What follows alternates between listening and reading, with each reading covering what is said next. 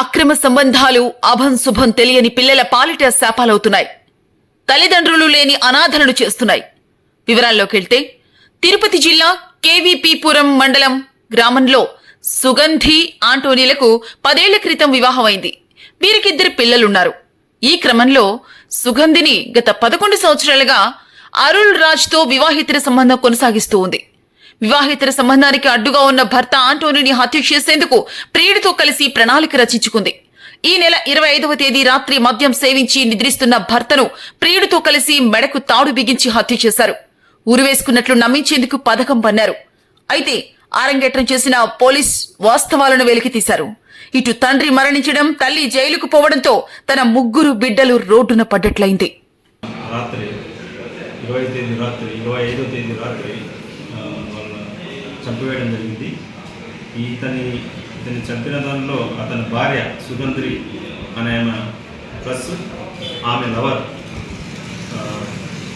అరుణ్ రాజ్, ఇతను వచ్చేసి ఇరుగువాయి గ్రామం. ఈ అమ్మాయిది కూడా ఇరుగువాయి గ్రామం పుట్టినట్లయితే వీళ్ళిద్దరికీ గత 10-12 సంవత్సరాల నుంచి వీళ్ళిద్దరికీ అక్రమ సంబంధం ఉంది. సో అమ్మాయికి ఇష్టానికి వ్యతిరేకంగా ఇక్కడ చేసుకోవడానికి వాళ్ళ మేనమామ కొడుకు పెళ్లియడం జరిగింది.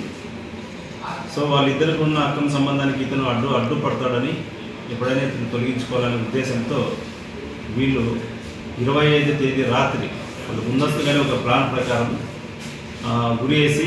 తాడుతో గురేసి చంపాలనే ఒక ప్లాన్ ప్రకారం మాట్లాడుతున్నారు.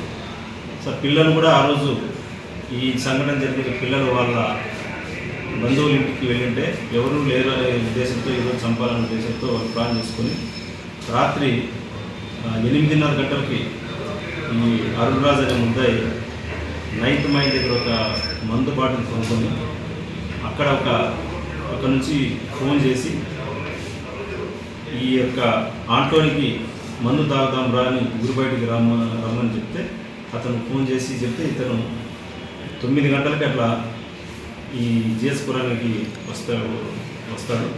వచ్చిన తర్వాత అతను మందు తాగడానికి ఇద్దరు ఊరి బయట ప్రదేశంలో కూర్చొని 9 నుంచి రాత్రి 12:30 వరకు బాగా తాపిచ్చి ఇతను తాగినట్టు నటించి అతనికి తాపిచ్చి అతను బాగా తాగి మైకం కైపెక్కిన తర్వాత అతన్ని మోటార్ సైకిల్లో తీసుకొని పోయి వాళ్ళ ఇంటికి తీసుకొని పోయి అతను మద్యం మత్తులో పూర్తిగా స్పృహ లేకుండా పడిపోయి ఉంటే ఆ రోజు రాత్రికే భార్య ప్లస్ ఇతను ఇద్దరు కలిపి తాడుతో మెడకు తాడు బిగించి గట్టిగా చనిపోయే వరకు లాగినప్పుడు వాళ్ళ భార్య కాళ్ళు పట్టుకుంటుంది, ఇతను తాడు పడుతుంది.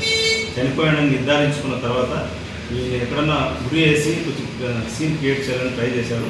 కానీ చుట్టుపక్కల కొంచెం అలికిడి రావడం వల్ల ఆ బాడీని ఇంట్లో నుంచి బయట తీసుకొని వచ్చి పండబెట్టి అతను అక్కడి నుంచి తన మోటార్ సైకిల్లో పారిపోయాడు. ఈ విషయం మా ఇన్వెస్టిగేషన్లో నిన్న మన కైలాసపురం దగ్గర వీళ్ళిద్దరూ కైలాసపురం నుంచి పారిపోతూ ఉంటే ఇద్దరిని వాళ్ళని పట్టుకుని అరెస్ట్ చేయడం.